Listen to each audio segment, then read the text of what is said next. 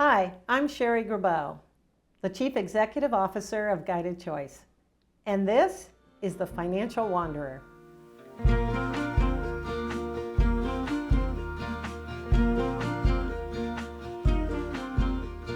Why don't people like finance apps? Well, that's a funny question for me to address, given I've spent much of my career developing finance apps.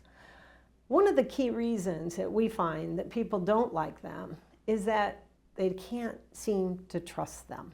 It's actually one of the key reasons they don't like to go to financial advisors or to a financial planner. They don't know who to trust.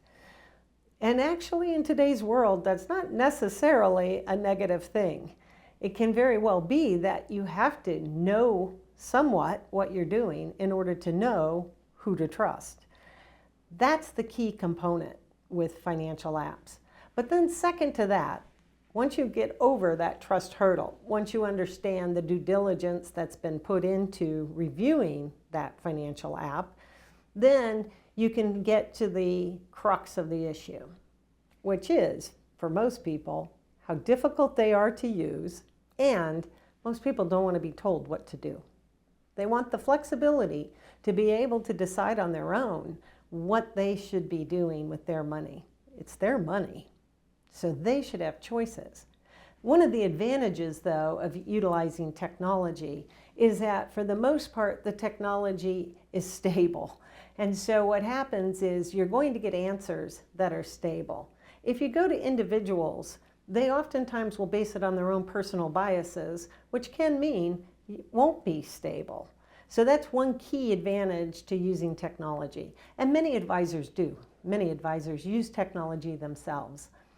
But then second to that, if you get over that trust hurdle, which is probably the largest hurdle, the next aspect is, how easy is it for me to use? Finance, like many other subject matters, healthcare or other things, has its own language. Oftentimes it can feel like you're reading or looking at a foreign language, and it can be very difficult to understand. And many times the financial apps are developed by financial people. Well, financial people tend to speak in their own language, and so it's not necessarily intuitive to somebody who's not in the finance world. So ease of use becomes another barrier for many people.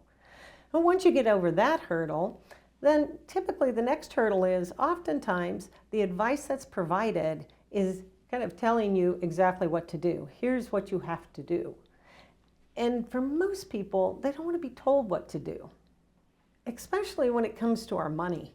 Because money is very personal. It gets tied to our values. It's what we enjoy in life, is utilizing our money in the way we want to use it.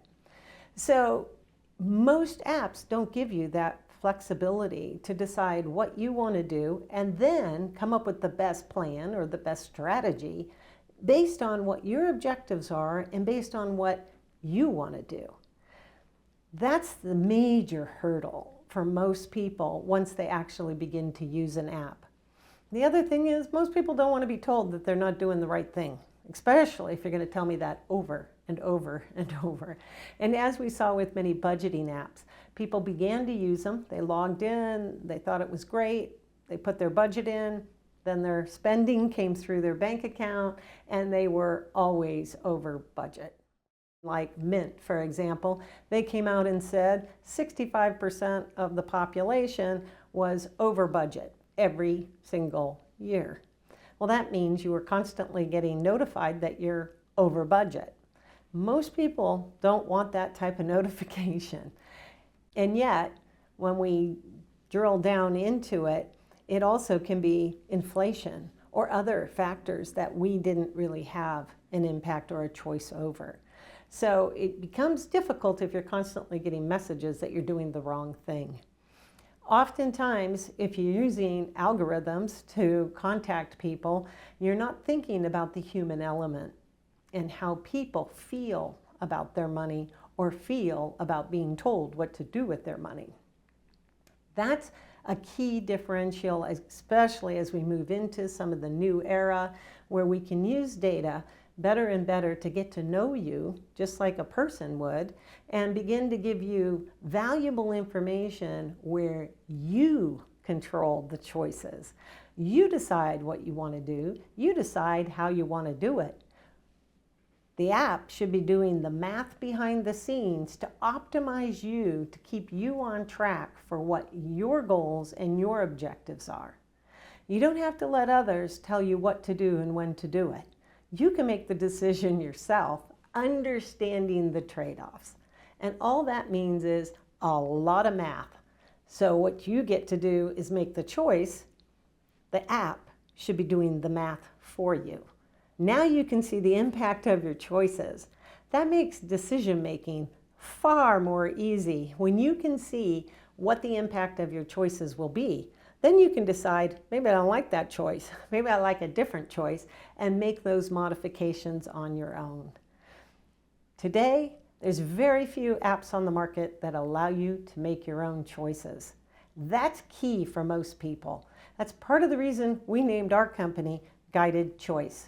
We want to guide you, we want to help you, but we want you to have the choice. One of our main products, 3 Nickels, is a financial app aimed to help you make choices with regards to the 3 things you can do with your money. You can save it, you can spend it, you can give it away. We help you figure out and align your values with what you're doing with your money.